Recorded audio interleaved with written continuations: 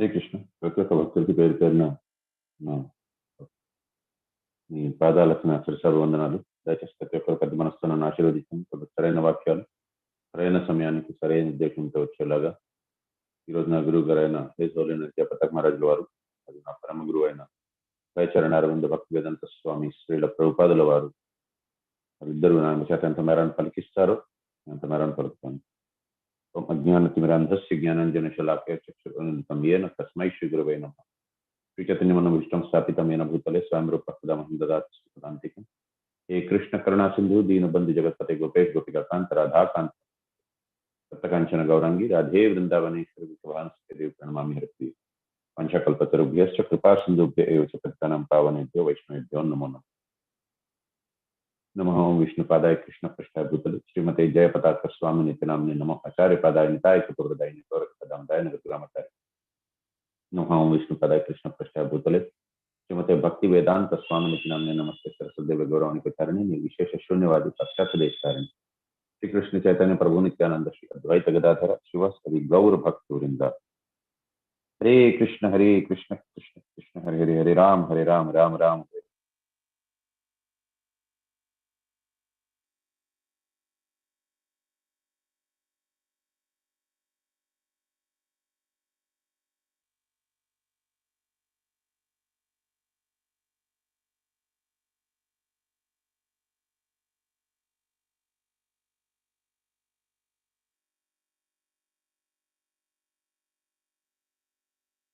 ओम नमो भगवते वासुदेवाय. ओम नमो भगवते वासुदेवाय. ओम नमो भगवते वासुदेवाय. ओम नमो भगवते वासुदेवाय. ओम नमो भगवते वासुदेवाय. ओम नमो भगवते वासुदेवाय.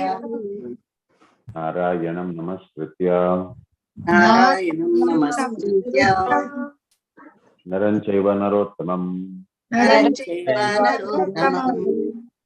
देवीं सरस्वतीं व्यासं ततो जयमुदीरये. प्रायेषु अभद्रेषु नित्यं भागवत सेवया भगवते उत्तम श्लोके भक्तिर्भवति न इष्टिकी.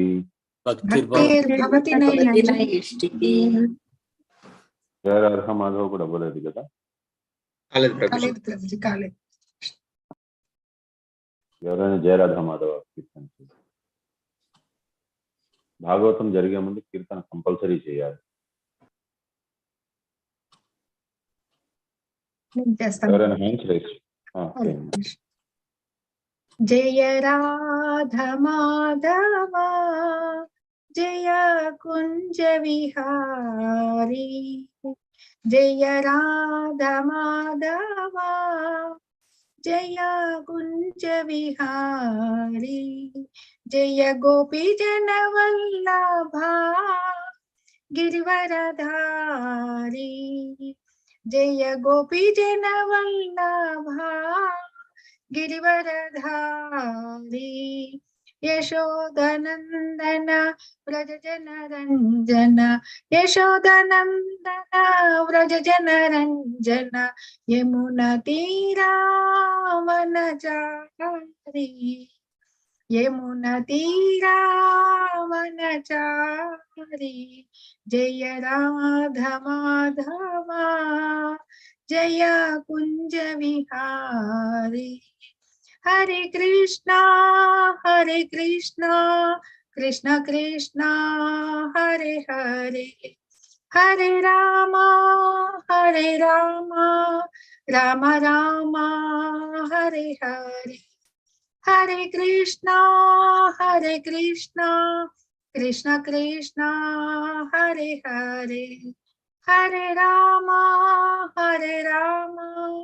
రామ రామ హరే హరే. హరే కృష్ణ కృష్ణ కృష్ణ హరే హరే. హరే రామ రామ రామ హరే హరే. హరే కృష్ణ ప్రభుజీ, ధన్యవాదాలు.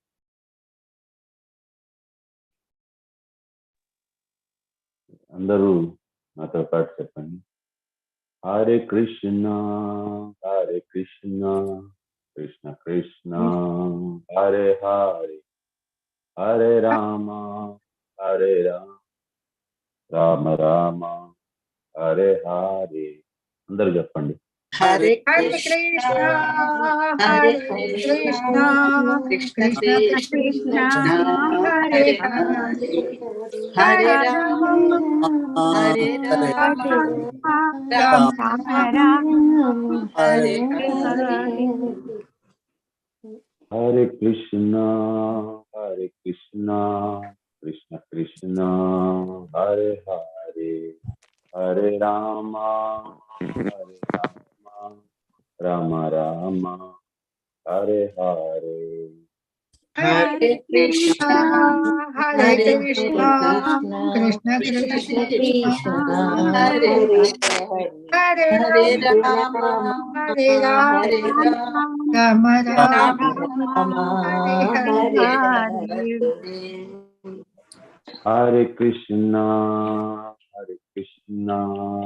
కృష్ణ కృష్ణ హరే హరే, హరే రామ రామ రామ హరే హరే. హరే కృష్ణ హరే హరే కృష్ణ కృష్ణ కృష్ణ కృష్ణ హరే హరే, హరే హరే రామ హరే రామ రామ హరే హరే. శ్రీల ప్రభుపాదికి భాగవతం చదివే ముందు కీర్తన అనేది జరగాలి. కీర్తన అంటే సామూహికంగా జరిగేది. కీర్తన ఒకలే చేస్తే అది భజన అవుతుంది.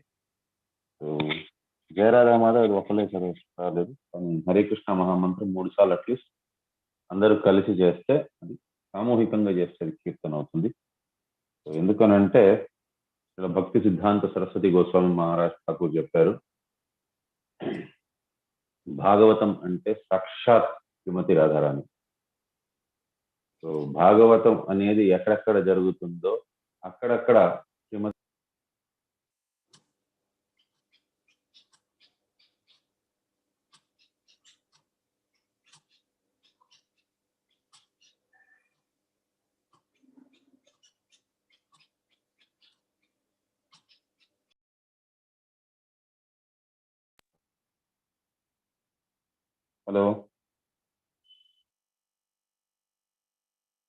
హలో హరే కృష్ణ ప్రభు. హరే కృష్ణ. సారీ. సో శ్రీమద్ భాగవతం ఎక్కడెక్కడైతే చదువుతారో అక్కడక్కడ కంపల్సరీగా కీర్తన అనేది జరగాలి. ఎందుకంటే కీర్తన అంటేనే కృష్ణుడు. సో శ్రీమతి రాధారాణి కృష్ణుడు ఇద్దరు ఉండాలి, కాబట్టి కీర్తన కంపల్సరీ చేయాలి. సో 3వ స్కందం 19వ అధ్యాయం 3వ శ్లోకం. సహతా తేన గదాయ విహతా భగవత్కరాత్ విఘూర్ణిత పదాత్ రేజే తదద్భుతం ఇవాభావాత్. Translation: struck by the demon's mace, however the Lord's mace slipped from his hand and looked splendid as it fell down whirling. This was miraculous, for the mace was blazing wonderfully. So ఇక్కడ భగవంతుడు తన గదా ప్రహారం చేద్దాం అనుకున్నారు, కానీ భగవంతుని యొక్క చేతి నుంచి ఆ గద జారిపోయింది కిందకి. సో భగవంతుడు ఏది చేసినా కూడా అది అద్భుతంగానే ఉంటుంది. చేతి నుంచి గద జారిపోవడం ఏంటి, ఆ గద అద్భుతంగా కనిపించడం ఏంటి? చేతి నుంచి ఎవరికైనా ఏదైనా జారిపోతే అది అందంగా ఎలా కనిపిస్తుంది, కానీ అది భగవంతుడి చేతి నుంచి జారింది. అది మానవ మాత్రులు ఎవరైనా లేకపోయింది ఇతరులు ఇంకెవరి చేతుల్లోంచి అయినా జారిందని అంటే ఏదైనా సరే కూడా అద్భుతంగా అనిపించకపోవచ్చు, కానీ ఇక్కడ అద్భుతం అంటున్నారు. సో సో అద్భుతం ఇభభవాత్ అంటే భగవంతుడి చేతి నుంచి అది జారింది, అండ్ జారిన భగవంతుడి చేతి నుంచి జారిన ఆ గద కూడా అద్భుతంగా ఉన్నదంట. 4వ శ్లోకం. సతదా లబ్ధ తీర్థోపి బబాధే నిరాయుధం మాన్యాన్ సమృద్ధే ధర్మం విశ్వక్సేనం ప్రకోపయన్. Translation: even though the demon had an excellent opportunity to strike his unarmed foe without obstruction, he respected the law of single combat, therefore kindling the fury of the Supreme Lord, thereby kindling the fury of the Supreme Lord. So ఇక్కడ అతను దానవుడికి ఒక మంచి అవకాశం దొరికింది భగవంతుడిని యుద్ధం చేసేదానికోసం అని. So without obstruction he respected the law of single combat.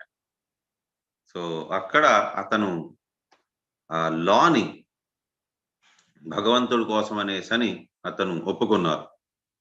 So ఒంటరి యుద్ధం అనేది ఎప్పుడు చేయకూడదు, ఒకరి చేతిలో అని అస్త్రం ఉండేటప్పుడు యుద్ధం చేయకూడదు.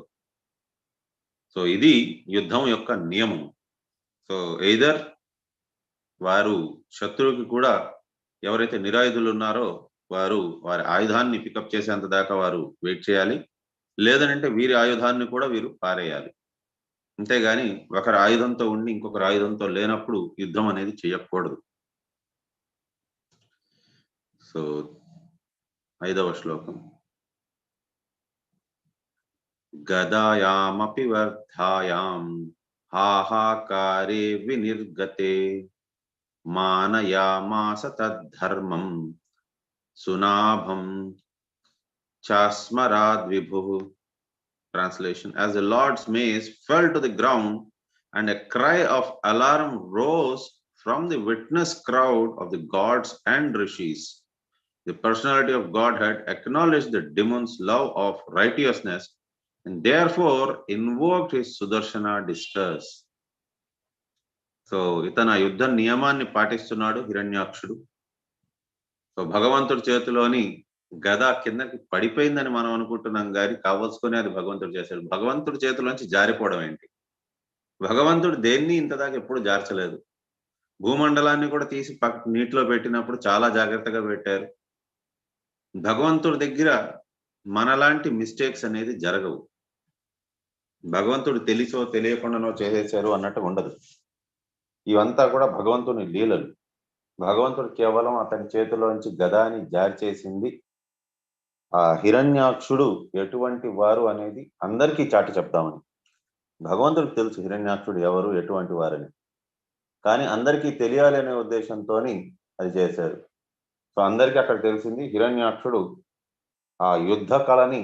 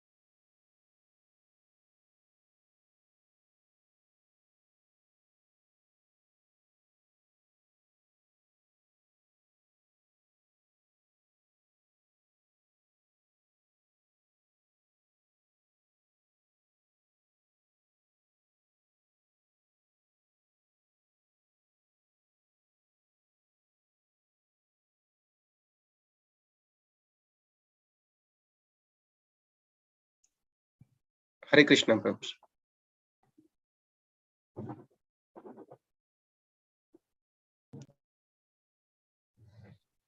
వాయిస్ రావట్లేదు ప్రభుజీ.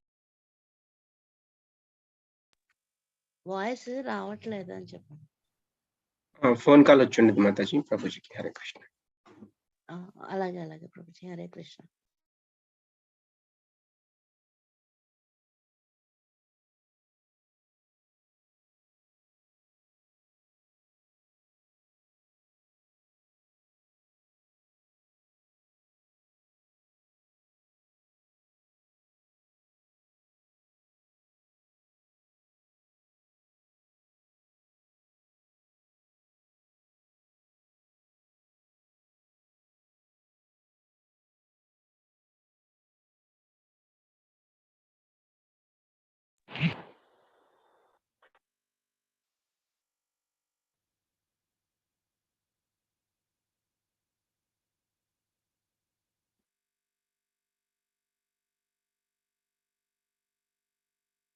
హరే కృష్ణ. సారీ, కాల్ వచ్చింది ఒకటి. హరే కృష్ణ. హరే కృష్ణ ప్రభుజీ. నా వాయిస్ వినిపిస్తుంది కదా? ఓకే, కాల్ వచ్చింది. Okay okay Prabhuji. Hare Krishna. So భగవంతుడి చేతి నుంచి గద పడిపోయింది. గద పడిపోయినా సరే కూడా దాని అవకాశాన్ని దుర్వినియోగపరచుకోలేదు ఇతను.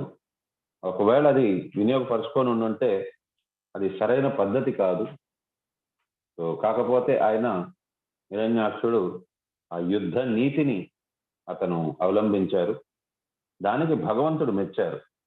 But at the same time భగవంతుడు మెచ్చినా సరే కూడా అతను ఏం చేశారు అని అంటే సుదర్శన చక్రాన్ని అతను ఆహ్వానించారు భగవంతుడు. ఎందుకంటే సుదర్శన చక్రం ఎవరికైతే తగులుతుందో వారికి మోక్షం ఖచ్చితంగా లభిస్తుంది. 6వ శ్లోకం. తద్వ్యాద్రచక్రం దితిపుత్ర అధమేన స్వపార్షదముఖేన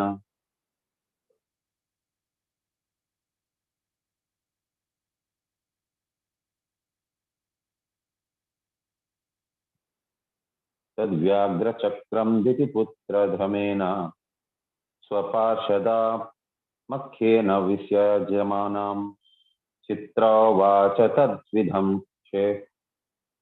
చరణం తత్ర స్మాశన్ స్వస్తిమేతే ముగ్ధాహంతి. Translation: As the discus began to revolve in the Lord's hand and the Lord contended at close quarters with the chief of his Vaikuntha attendants, who had been born as Hiranyaksha, a vile son of Diti, there issued from every direction strange expression uttered by those who were witnessing from airplanes. They had no knowledge of the Lord's reality, and they cried, "May victory attend you! Pray, dispatch him! Please, play no more with him." So, ఇక్కడ ఎప్పుడైతే భగవంతుని యొక్క చేతిలోని సుదర్శన చక్రాన్ని అందరూ చూశారో దేవీ దేవతలు, వారికి అర్థమైపోయింది ఇక కాలం దగ్గరికి వచ్చింది హిరణ్యాక్షుడికి. ఎవరైతే అందరికీ ఇబ్బందులు కలిగిస్తున్నారో, అందరికీ తెలుసు హిరణ్యాక్షుడు ఎవరు అని. ఎందుకు అని అంటే బ్రహ్మగారు చెప్పారు, ఆ కథ అంతా చెప్పారు. దేనివల్ల జయ విజయాలు ఈ రకంగా హిరణ్యాక్షుడు హిరణ్యకశిపుడుగా అవతరించవలసింది వస్తోంది అని. సో ఇది అందరికీ తెలుసు. కాకపోతే వారు సృష్టించే ఆ ఇబ్బందులు, ఆ హాహాకారము అనేది ఎంతలానున్నది అని అంటే ప్రతి ఒక్కరికి కూడా సమస్త లోకాల్లోని అది ఇబ్బంది కలిగిస్తుంది. హిరణ్యాక్షుడు హిరణ్యకశిపుని యొక్క వారి చేష్టలు. సో ఆ చేష్టలంతా కూడా ఇతర లోకాల వారికి అందరికీ కూడా ఇబ్బంది కలిగిస్తూ ఉంది. దానివల్ల వారు ఏంటంటే భగవంతుడిని ప్రార్థించవలసింది వచ్చింది. భగవంతుడు అవతరించారు.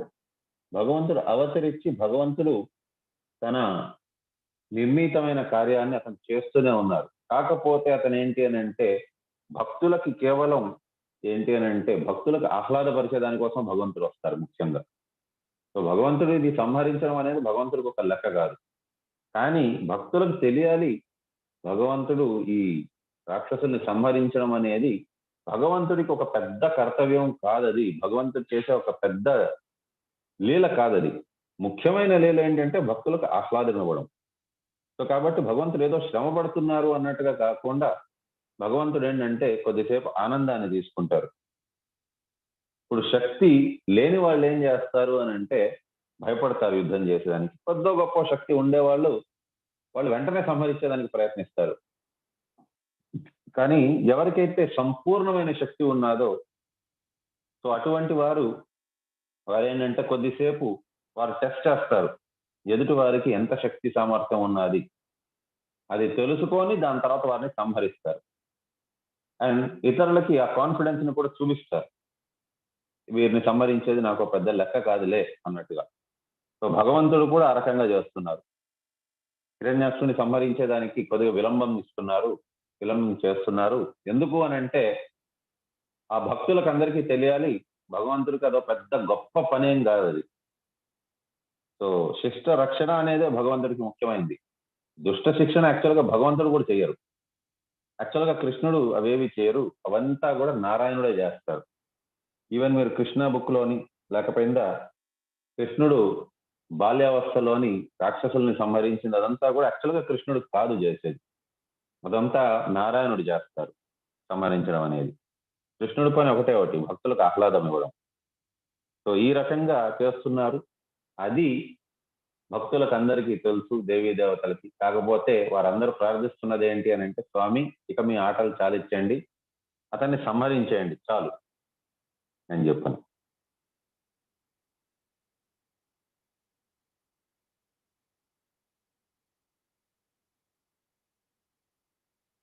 ఏడవ శ్లోకం. సతాం నిశా మయా తథాత్మాగ్రతో వ్యవస్థితం Padma పలాశలోచనం విలోక్య చామర్షా పరిప్లుతేంద్రియో ఊషాస్వాదంతఛాద్దాం అదాశచాస్వాన్. Translation: when the demon saw the personality of Godhead who had eyes just like lotus petals standing in position before him, armed with his Sudarshana discus, his senses were overpowered by indignation. He began to hiss like a serpent and he bit his lip in great resentment. So, అతను ఎప్పుడైతే భగవంతుణ్ణి చూశారో ఇది కేవలం భక్తులకి మాత్రమే కాదు, even గొప్ప గొప్ప రాక్షసులకి కూడా భగవంతుడు కమల నయనుడిలాగా కనిపిస్తారు. సో ఆ కమల నయనుడు అనేది, కమల నయన అని ఎందుకని అంటారంటే ఈ భూలోకంలోని అన్నిటికంటే అద్భుతంగా ఉండేది ఏదైనా ఉన్నది అని అంటే అది కమలం. సో అది చాలా దివ్యంగా ఉంటుంది. అది వికసించేటప్పుడు సిమెట్రిక్ గా వికసిస్తుంది. సో కొన్ని పెటల్స్ కిందన కొన్ని పెటల్స్ పైన ఆ రకంగా ఎంతో అద్భుతంగా ఉంటుంది. సో ఈ లోకంలోని మీరు భగవంతుడిని దేంతో కంపేర్ చేయాలన్నా సరే కూడా అది ఉత్తమమైంది ఉండాలి. అందుకోసం భగవంతుడిని ఉత్తమ శ్లోకే అని అంటారు. శ్లోకాలైనా ఉత్తమమైందాలి, భగవంతుడిని కంపారిజన్ చేయాలన్నా ఉత్తమందే ఉండాలి. భగవంతుడు యాక్చువల్గా ఎలా ఉంటారు అని అంటే భగవంతుడు లాగే ఉంటారు. సో భగవంతుడిని కంపేర్ చేయాలని అంటే యాక్చువల్గా శ్రీమతి రాధారాణి కరెక్ట్ ఉపమానం. భగవంతుడు ఎలా అనిపిస్తారంటే శ్రీమతి రాధారాణి ఎంత అందంగా ఉన్నారో ఇంచుమించు అంత అందంగా ఉన్నారు, అలా ఉపయోగించవచ్చు మనం. సో ఆ రకంగా భగవంతుడిని యాక్చువల్గా కంపారిజన్ చేసేది శ్రీమతి రాధారాణితో కంపేర్ చేయొచ్చు. కానీ మనలోంచి ఎవరు చూస్తారు శ్రీమతి రాధారాణి? తన సౌందర్యాన్ని ఎవరు వర్ణించగలరు? మనకు తెలియదు. మనం చూసింది భూలోకంలోని ఏవైతే మనం చూసామో వాటితో మనం చెప్పగలం. శ్రీమతి రాధారాణి అంత అందం ఇంచుమించు ఉన్నది కృష్ణుడికి అని చెప్తే మనకెవరికి తెలియదు శ్రీమతి రాధారాణి ఎంత అందంగా ఉంటారని. కాబట్టి ప్రతి ఒక్కరు ఊహించుకుంటాం, బహుశా ఇంత అందంగా ఉన్నారేమో, నాకంటే ఎంత అందంగా ఉంటారు అనేసని. లేకపోయిందా మనం చూసిన వాళ్ళలోంచి ఎవరైతే అందమైన వాళ్ళని చూసామో వాళ్ళ సౌందర్యంతో మనం కంపేర్ చేసుకోగలం. అంతేగాని ఇదంతా మన లిమిటెడ్ జ్ఞానం, పరిమిత జ్ఞానంతో మనం దీన్ని మన దృష్టితో మనం చూస్తాం. కానీ యాక్చువల్గా భగవంతుడి సౌందర్యాన్ని, భగవంతుని యొక్క శక్తి సామర్థ్యాన్ని మన లిమిటెడ్ పరిజ్ఞానంతో మనం చూడలేము. సముద్రం ఎంత పెద్దది అంటే ఎంత పెద్దదని చెప్పగలం, చేత్తో ఎంత పెద్దదని చూపించగలం. ఇంత పెద్దదని చేతులు బాగా వైడ్గా చూపిస్తాము, కానీ సరిపోతుందా? సరిపోదు. కాబట్టి మనం భగవంతుడిని కంపేర్ చేయాలంటే ఈ సముద్రాన్ని, మహాసముద్రాన్ని ఏ రకంగా అయితే మన చేతితో చూపించలేమో ఆ రకంగా మనం భగవంతుని సౌందర్యాన్ని కూడా మనకి తెలిసిన వాటితో మనం కంపేర్ చేసినా సరే కూడా అది చాలా చాలా లిమిటెడే. మహాసముద్రం ఇంత ఉంటుందని చెప్పని మన చేతులు రెండు ఎంత చాచి చూపించినా సరే కూడా సరిపోదు. సో ఎవరికైతే మొదటిసారి అసలు వారు ఇంతదాకా చూడలేదు మహాసముద్రాన్ని, వారు మన చేతికి ఇది పరిమాణం బట్టి వాళ్ళు చూశారు అని అంటే, ఓ అంతేనా అయితే ఇదేసిలే అని అనుకుంటారు. ఆ రకంగా భగవంతుని కంపేర్ చేసి చెప్పాలి అని అంటే తన నేత్రాలు కానీ, తన పాదాలు కానీ, తన నాభి కానీ ఏదైనా సరే కూడా తన సౌందర్యాన్ని మనం వర్ణించాలి అని అంటే అతి ఉత్తమమైన వాటితోని కానీ మనకు తెలిసి ఉండాలి. కాబట్టి ఈ లోకంలో ఉండేది కమలమై అన్నిటికంటే అందమైనది. కాబట్టి కమలంతో ఇక్కడ కంపేర్ చేసి చెప్తున్నారు. అది మానవ మాత్రులకే కాదు, రాక్షసులకు కూడా భగవంతుడు కమలనయనుడు లాగానే కనిపిస్తారు. ఆ కమలంతో కూడుకున్న నేత్రములు అద్భుతంగా ఉన్నాయి అన్నట్టుగా ఆఖరికి ఆ రాక్షసులకి కూడా ఆ రకంగా కనిపిస్తున్నారు. సో ఈ రకంగా లోటస్ పెటల్స్, సో ఆ పువ్వు యొక్క ఆ రేఖలు ఎలా ఉంటాయో, ఎంత అందంగా పర్ఫెక్ట్ గా ఉంటాయో ఆ రకంగా ఉన్నాయంట నేత్రములు. సో మామూలుగా కోపంతో ఉండే నేత్రములు మీరు ఎప్పుడైనా చూడండి, అందం అనేది ఉండదు. ఎవరిదైనా సరే కూడా కావచ్చు, ఎంత సౌందర్యవంతులైనా సరే కూడా వారి కోపంతో ఉన్నారు అని అంటే మాత్రం వారి నేత్రాలు చూడ్డానికి బాగా అనిపించవు, ముడతలు వచ్చేసి ఉంటాయి కోపంతో ఉన్నప్పుడు. కానీ అదే శాంత స్వభావంతో ఎవరైతే ఉంటారో వారి యొక్క నేత్రాలు చూడండి, ఒక చిరుమంద హాసంతో ఉన్న వారిది, వారి యొక్క నేత్రములు చూసేదానికి చూడసంపుగా ఉంటుంది. అందులోని నారాయణుడు శాంతాకారం భుజగ శయనం పద్మనాభం సురేశం అని అన్నారు. సో శాంత ఆకారం, ఎప్పటికీ శాంతాన్ని వహిస్తూ ఉంటారు. అతనికి కోపం తెప్పించేలాంటి విషయం అనేది లోకంలో లేదు. అలాంటి ఆ కమలనయనుడు, ఆ శాంతాకారుడికి ఆ నేత్రములు ఇంకెంత అందంగా ఉంటాయి. సో అంత అందంగా ఉన్నారంట భగవంతుడు, ఆ నేత్రములే అంత అందంగా ఉన్నాయి. ఎవరికైనా సరే కూడా అటువంటి నేత్రాలు చూసినాక వాటిని యుద్ధం ఎలా చేయబుద్ధి అవుతుంది. అటువంటి నేత్రాలు కమలనయనం కనిపించగానే వారి చరణాలు, సో ఆ శ్రీ చరణాలు భగవంతుని యొక్క చరణాల మీద పడిపోయి ఎవరికైనా సరే కూడా ప్రార్థించాలనిపిస్తుంది. కాకపోతే వీరు ఒక ఉద్దేశంతో జన్మించిన వారు, హిరణ్యాక్షుడు హిరణ్యకశిపులు, కాబట్టి వారు భగవంతుడి చరణాల మీద పడలేరు. సో వారు ఏంటి అని అంటే ఇక్కడ ఒక సర్పము వలె ఎప్పుడైతే భగవంతుని యొక్క ఇంత సౌందర్యాన్ని, ఇంత అద్భుతమైన ఆ దృశ్యం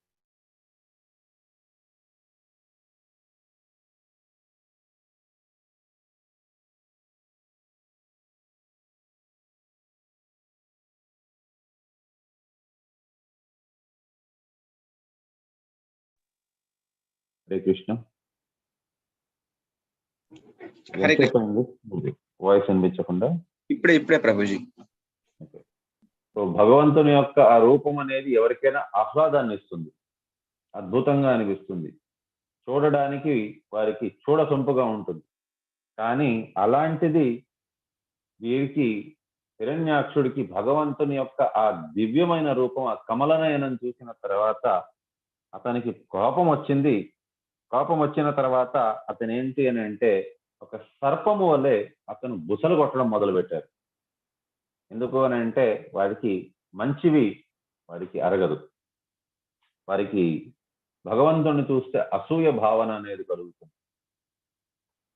సో మన కలియుగంలోని కూడా అంతే, ఎవరైతే భగవంతుడి గురించి వినగానే భక్తులు ఎవరైతే ఉంటారో, భక్తులు కాని వారు, వారికి మనం ఎప్పుడైనా భగవంతుడి గురించి, భగవద్గీత గురించి చెప్పడం మొదలు పెట్టామనంటే వారు దాన్ని వినలేరు. చెవులు మూసేసుకుంటారు. భగవంతుడి గురించి చెప్పొద్దండి మాకు, కృష్ణుడి గురించి చెప్పొద్దు మాకు, మేము అతన్ని నమ్మము అని అంటారు. సో ఆ రకంగా ఎవరైతే ఉంటారో వారందరూ కూడా ఇక్కడ రాక్షసులతోనే వారు పోల్చబడ్డారు. వారు భగవంతుడిని నమ్మని నాస్తికులైనా కావచ్చు, లేకపోతే భగవంతుడు ఒక్కలే ఎప్పటికైనా సరే, ఇప్పుడు ఏ మతంలోనైనా సరే కూడా ఉండేది భగవంతుడు ఒక్కడే. సో ఆ భగవంతుడిని నమ్మని వారు ఈ రాక్షసుని వలె వారు చెప్పవచ్చు. సో నాస్తికులు ఎవరైతే భగవంతుడిని నమ్మరో వారు కూడా రాక్షసుల కంటే హీనం.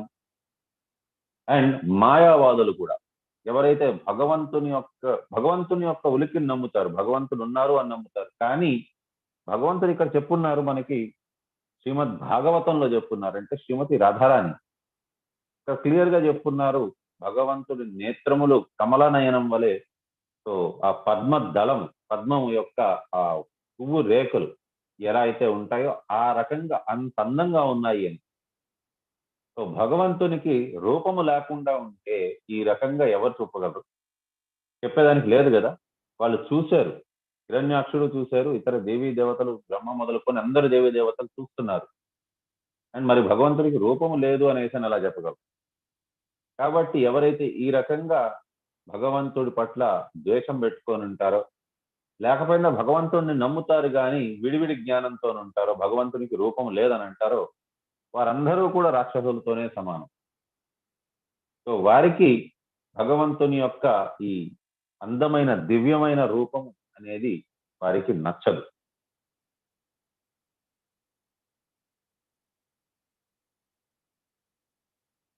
ఎన్నో శ్లోకం దాకా చదవడం అయిపోయింది ప్రభు?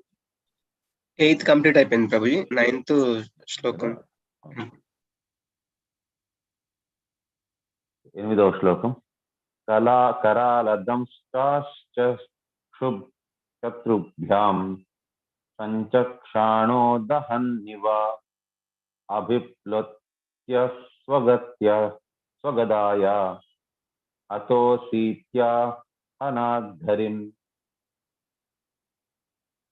The demon who had fearful thirst stared at the personality of Godhead as though to bury him. Springing into the air, he aimed his mace at the Lord, exclaimed at the same time, "You are slain." So, మామూలుగా తాగుబోతులు వాళ్ళు లేకపోయిందా ఎవరికైతే అతిగా వారి యొక్క భుజ బలం మీద నమ్మకం ఉంటుందో వారు వాడే పదం ఇది, ఈరోజు నా చేతుల్లో నువ్వు చచ్చావని. సో ఈ రకంగా హిరణ్యాక్షుడు కూడా ఎప్పుడైతే భగవంతుని యొక్క ఆ దివ్యమైన రూపం చూస్తారో, ఎవరైనా సరే కూడా ఆ దివ్యమైన రూపాన్ని చూసిన తర్వాత దానికి మోహితులవుతారు. కందర్ప కోటి కమనీయ విశేష శోభం గోవిందమాది పురుషం తమహం భజామి. సో మామూలుగా అయితే ఒక్క ఇతను కందర్ప అంటే ఒక్క కామదేవత చూసేదానికి దివ్యమైన అందం ఉంటుంది. అటువంటిది కందర్ప కోటి కమనీయ విశేష శోభం అంటే కొన్ని కోట్లాది కామదేవతలు కలిస్తే ఎంత అందంగా ఉంటారో అంత అందం ఉన్నదంట శ్రీకృష్ణుడికి. అంత అందము, అంత దివ్యమైన ఆభరణం, ఆ పీతాంబర వస్త్రము, దానికి శోభితమైన ఆ వేలు మీద ఇది శంఖము, చక్రము, గదా పద్మము, మరియు ఆ దివ్యమైన ఆ చిరుమందహాసం ఒకటి, శాంత స్వభావం. సో ఎవరు ఎంత ఏమి చేసినా సరే కూడా భగవంతుడి కోపం అనేది రాదు. సో అభక్తులు వచ్చి భగవంతుడి మీదకి, రాక్షసులు వచ్చి, దానవులు వచ్చి, ఆ అసురులు వచ్చి యుద్ధం చేసినా సరే కూడా భగవంతుడి యొక్క ఆ చిరుమందహాసం అనేది ఎప్పటికీ పోదు. సో ఆ రకంగా ఉండే ఆ రూపాన్ని చూస్తే ఎవరైనా మోహితులైపోతారు. అసలు మానవ మాతృలు ఎవరికైనా సరే కూడా ఆ రూపంలో భగవంతుడు కనిపించారంటే యుద్ధం కోసం ఆహ్వానించినా సరే కూడా భగవంతుడిని, నేనేంటి మీతో యుద్ధం చేయడం ఏంటి, మీ పాద పద్మములు నాకు కొద్దిసేపు నాకు మీ పాద పద్మములు నన్ను పట్టుకునేదానికి అవకాశం ఇవ్వండి స్వామి, మీ చరణ ధూళిని నాకు ఇవ్వండి స్వామి, నా అజ్ఞానాన్ని క్షమించండి స్వామి అని చెప్పని యుద్ధం కాదు కదా, మనం ఒకవేళ ఇంకే ఆలోచనతో ఉన్నా సరే కూడా మన అజ్ఞానాన్ని మనం తిట్టుకుంటాం. ఇంత సౌందర్యవంతమైన, ఇంత అద్భుతమైన భగవంతుడిని మనం విడిచిపెట్టి, నాకేంటి, నేను గాజు ముక్కలను కోరుకుంటున్నాను వజ్రాన్ని పెట్టుకొని అన్నట్టుగా అనిపిస్తుంది. ఇదే భక్తులకి అభక్తులకి ఉండే వ్యత్యాసం. భక్తులు ఏంటి అని అంటే భగవంతుడిని ఏది కోరుకున్నా సరే కూడా భగవంతుడు అది వారికి ప్రసాదించేదానికి ఎప్పుడైతే వస్తారో అప్పుడు వారి కోరిక చాలా చిన్నదిగా, అసహ్యంగా అనిపిస్తుంది. నేనేంటి ఇంత అసహ్యమైన కోరిక కోరాను, ధనం దేహి, పుత్రం దేహి, అలాంటివే కోరుకున్నాను నేను. భగవంతుడు నా ముందు జ్ఞాన సాగరం, దయాసాగరుడు. అతను నాకు కురిపించేదానికోసమని, వరాలను కురిపించేదానికోసం తయారుగా ఉన్నారు. కానీ నేను అడిగింది ఇవేనా అడిగాను భగవంతుడిని. ఇంత అసహ్యమైన కోరికల భగవంతుడిని కోరుకోవాల్సింది పోయి నేను ఇదా కోరుకునింది అనే భావన మనకు కలుగుతుంది. ఎవరికైనా సరే కూడా వారు సంపూర్ణమైన భక్తులు కావాల్సిన అవసరం లేదు. అధమ శ్రేణి భక్తులైనా సరే కూడా భగవంతుడిని చూడగానే మానవ మాత్రులకి ఇది సహజం. కానీ ఎవరైతే భగవంతుని పట్ల పరిపూర్ణమైన అసూయ భావంతో ఉంటారో అటువంటి వారికి భగవంతుడు గోచరిస్తాడు, భగవంతుడు వారికి కనిపించాడు. వారికి అక్కడ కేవలం ఒక శత్రువు కనిపిస్తారు. భగవంతుని యొక్క సౌందర్యము, భగవంతుని యొక్క ఆ వాక్చాతుర్యము, భగవంతుని యొక్క ఆ చిరుమందహాసం, భగవంతుని యొక్క ఆ అద్భుతమైన దివ్యమైన రూపము వారిని అట్రాక్ట్ చేయదు, రీజించదు, వారిని లాగదు. వారికి కేవలం భగవంతుని యొక్క శత్రుత్వాన్ని మాత్రమే వారు కోరుకుంటారు. సో ఈ రకంగా శత్రుత్వంతో మాత్రమే నిండి ఉన్న ఆ హిరణ్యాక్షునికి భగవంతుడు ఎప్పుడైతే ఆ చిరుమందహాసంతో కనిపించారో అది నచ్చలేదు. సో అతను భగవంతుడిని ఉరిమి చూశారంట. ఉరిమి చూసేది ఎలా చూశారు అని అంటే భగవంతుడినే సాక్షాత్తు కాల్చేస్తాను అన్నట్టు దృష్టితో చూశారంట ఆయన. సో చూసిన తర్వాత ఆ కోపాన్ని తట్టుకోలేక, కోపం అనేది మనకి కూడా వస్తూ ఉంటుంది. సో అందుకోసమనే అతిగా ఉండే కోపాన్ని దాన్ని మనం నియంత్రించుకోవాలి. అతిగా ఉండే కోపం అనేది దైత్య ప్రవృత్తి. అది కోపం అనేదే ఉండకూడదా, లేక అతిగా కోపం ఉండకూడదా అని అంటే అతిగా ఉండకూడదు. ప్రదర్శనాత్మకమైన కోపం అనేది పర్వాలేదు. ఆంజనేయ స్వామి కోపాన్ని చూపించారు. కోపాన్ని చూపించకుండానే లంకా దహనం చేయలేరు. ఆంజనేయ స్వామి కూడా లంకని మొత్తం అంతా కాల్చిపడేశారు. కానీ ఎందుకు కాల్చారు? కోపంతో కాల్చారా? కాదు, అది ప్రదర్శనాత్మకమైన కోపం అది. సో భగవంతుణ్ణే వారు ఎదిరించారు. భగవంతుని యొక్క దూతని వారు బంధించాలని అనుకున్నారు.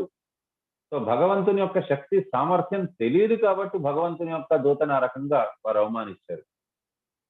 సో మరి వారికి తెలియజేయాలి, అయినా మీరు ఎవరితోనైతే యుద్ధం తలబెట్టాలనుకుంటున్నారో వారు ముల్లోకాలకి అధిపతి. శ్రీరామచంద్ర ప్రభుతో పెట్టుకోవద్దు. మీకు అతనెవరు అనేది తెలియదు. ఎందుకు అని అంటే మీకు మీరెవరు అనేది చెప్పుకునే దానికోసమనే సరిపోతుంది. కాబట్టి మీకు భగవంతుడు ఎవరు అనేది తెలియటం లేదు. నా శక్తి తెలుసా, నా సామర్థ్యం తెలుసా అని అనుకునే దాంతోనే సరిపోతుంది. యుద్ధం చెయ్యాలి అనే దాంట్లోనే ఉన్నారు మీరు. ఆ యుద్ధంలోని మీరు గెలుస్తారు అనే అపోహం ఒకటి, అది కూడా అన్ని భగవంతుడి వల్లే వస్తుంది. మత్త స్మృతి జ్ఞానం అపోహనం చ వేదేశ సర్వేర్ అహమేవ వేద్యో వేదాంతకృత్ వేద విదేవచాహం. సో భగవంతుడు ఇక్కడ చెప్తున్నారు, సర్వస్యచాహం హృదయ సన్నివిష్టం. ప్రతి ఒక్కరి హృదయంలోనే భగవంతుడే ఉన్నారు. వారికి జ్ఞానము, అపోహనము అన్నీ కూడా భగవంతుడే ఇస్తారు. సో ఈ రకంగా వీరికి అందరికీ కూడా హిరణ్యాక్షుడికి కావచ్చు, లేక అక్కడ రావణాసురుడికి కావచ్చు, వారందరికీ కూడా అపోహనం, భగవంతుడు ఎవరు అనేది తెలియలేదు. రాక్షస జన్మ అంటే ఇంకేది కాదు, అపోహనం అనేది వచ్చింది అని అంటే అదే రాక్షస జన్మ. భగవంతుడు ఎవరు అనేది తెలియకుండా ఉండేలాంటి జన్మను తీసుకున్నారంటే అదే రాక్షస జన్మ. రాక్షస జన్మ అంటే చేతిలోని ఒక గద ఉండి దంతాలు, వక్రించిన దంతాలు పెట్టుకొని ఉండడం, లేకపోయిందా వారు ఇబ్బందులు కలిగించడం కాదు.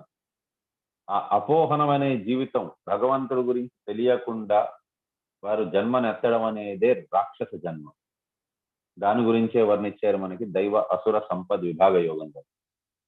వారికి ఆ అపోహనం వల్లనే వారు ఏమనుకుంటారనంటే, నాకు శక్తి ఉన్నది, ఈ శత్రువుని నేను సంహరించాను, నేను ఇగో అతను కూడా నా శత్రు, అతన్ని కూడా సంహరించేస్తాను నేను. ఎందుకు? ఈశ్వరోహం అహం భోగి సిద్ధోహం బలవాన్ సుఖి. ఇవంతా దేని వల్ల వస్తుందనంటే మత్త స్మృతి జ్ఞానం అపోహనం చ. ఆ అపోహనం భగవంతుడి ద్వారా ఇవ్వబడ్డది. ఎందుకంటే మనం ప్రయత్నించలేదు భగవంతుడిని తెలుసుకునేదానికి. భగవంతుడిని తెలుసుకోవాలనే ప్రయత్నం లేకపోతే కూడా భగవంతుడిని మర్చిపోతారు. నిరంతరంగా ఉండాలి భగవంతుడి గురించి, ఇంకా ఇంకా తెలుసుకోవాలి, భగవంతుడిని ఇంకా ఇంకా మనం ఆనందపరచాలి అనేది. సో ఎవరైతే భగవంతుడి నామ జపాన్ని వదిలిపెట్టేస్తారో వారికి కూడా ఆ అపోహనం అనేది ఆవహిస్తుంది. ఒకసారి అపోహనం అనేది ఆవహించిందనంటే మెల్లిమెల్లిగా వారు భగవంతుడిని మర్చిపోవడం మొదలు పెడతారు. ఎగ్జాంపుల్ ఏదైనా ఉన్నదా? ఎస్, ఉన్నది. అజామిలుడు మెల్లిమెల్లిగా భగవంతుడిని మర్చిపోవడం మొదలు పెట్టాడు. కానీ భగవంతుడు మాత్రం మర్చిపోలేదు అజామిలుడు. సో ఇది కూడా వరాహ పురాణంలో చెప్పున్నది. సో చనిపోయేటప్పుడు ఎవరికైనా సరే కూడా వాటాది దోషం వల్ల ఒకవేళ భగవంతుడిని స్మరించలేకపోతే భగవంతుడే వారిని స్మరిస్తారని. కానీ అజామిలుడికి అయితే అది మృత్యు సమయం కూడా కాదు, అయినా సరే కూడా భగవంతుణ్ణి అతను విస్మరించారు. ఎందుకు అని అంటే భౌతికమైన కోరికల వాంఛల వలయంలో చిక్కుకున్న దానివల్ల. అందుకోసం కోరికలను నియంత్రించుకోవాలి. మనకి ఏదైతే అవసరమో అంత దాకా మనం తీసుకోవాలి. అవసరం కంటే మించినటిది అది కరెక్ట్ది కాదు. అదేంటంటే మనకి భగవంతుడి నుంచి దూరం చేయడానికి ప్రయత్నిస్తుంది. అది మాయాదేవి అందమైన రూపంలో ఉన్నారు. అందుకోసమే మనకి నెక్టర్ ఆఫ్ ఇన్స్ట్రక్షన్ లోని అతిగా ఉండేదాన్ని అన్నిటినీ కూడా త్యజించమన్నారు. అత్యాహార ప్రయాసశ్చ అంటే ఊరికనే శ్రమ పడడం, ప్రజల్పో అతిగా మాట్లాడడం, నియమాగ్రమ నియమాలన్నిటినీ తెలుసుకోకుండా పాటించడం, లేకపోతే నియమాలనే పాటించకుండా పోవడం, అన్నీ అతే. అతివృష్టి లేక అనావృష్టి. జనసంగత్య అనవసరమైన వారితోని సాంగత్యం. లౌల్యంచ అతిగా కోరుకోవడం, నాకు అవసరం కంటే మించి కోరుకోవడం. షద్భీర్ భక్తి వినశ్యతి, ఇవన్నీ కూడా భక్తిని నాశనం చేస్తాయి. సో ఏది కూడా అతిగా ఉండకూడదు. సో ఈవెన్ కబీర్ దోహే సో మాకు ఉండేది చిన్నప్పుడు. సో అతికా భలాన బోల్నా, అతికా భలాన చుప్, అతికా భలాన బరస్నా, అతికా భలాన దూ. అంటే ఎక్కువగా మరీ మాట్లాడకూడదు, అలానే మరీ తక్కువగా మాట్లాడకూడదు. ఏ రకంగానంటే మరి అతిగా వర్షం పడినా సరే కూడా అతివృష్టి వచ్చినా ఇబ్బందే, అనావృష్టి వచ్చినా సరే కూడా ఇబ్బందే. ఆ రకంగా అవసరం మేరకు మాట్లాడాలి, అనవసరమైంది త్యజించాలి. ఇది భక్తుల యొక్క లక్షణం. నోరు తెరిచినప్పుడు భగవంతుని కోసం అనేసని వారు తెరవాలి. సత్యం ప్రియ హితం చేయదు, సత్యం మాట్లాడాలి, అది కూడా ప్రియంగా మాట్లాడాలి, హితంగా ఉండేది మాట్లాడాలి. అంతేగాని వారి అప్రియంగా మీరు చచ్చిపోతారంట త్వరలోనే, అది సత్యమే, డాక్టర్ చెప్పుకుంటారేమో, అది చెప్పేది సత్యమై ఉండొచ్చు, కానీ అప్రియంగా ఉంటుంది.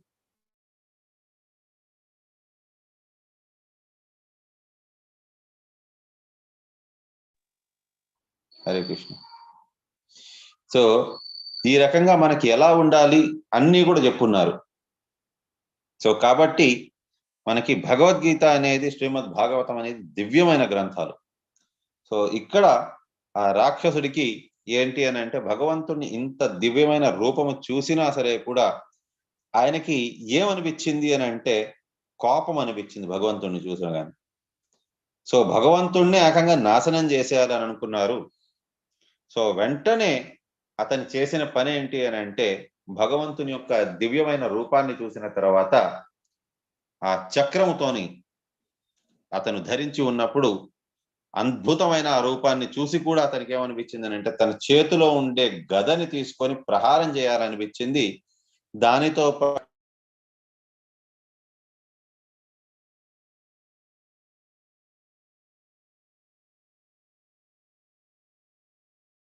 నా చేతిలోని ఈ రోజు అయిపోయావు అనేది అతిగా ఎవరైతే వారికి శక్తి ఉన్నది అని భావిస్తారో వారు అని అంటారు. లేకపోయిందా ఎవరికైతే అసలు శక్తి అనేది లేదు కానీ వారికి శక్తి ఉన్నట్టుగా ప్రదర్శించాలనుకుంటున్నారు అన్నవారు కూడా ఈ రకంగా వారు వ్యర్థ ప్రకల్పనలు చేస్తారు. సో భగవంతుడి దగ్గర మాట్లాడాల్సిన మాట కాదది. కానీ అయినప్పటికీ కూడా హిరణ్యాక్షుడు ఆ రకంగా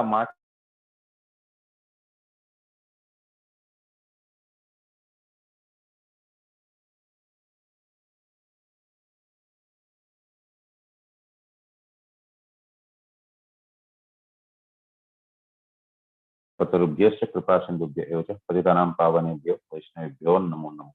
అనంతకోటి వైష్ణవ బృందకి జయ. ఆచార్య శ్రీ హరిదాస్ ఠాకూర్ కి జయ.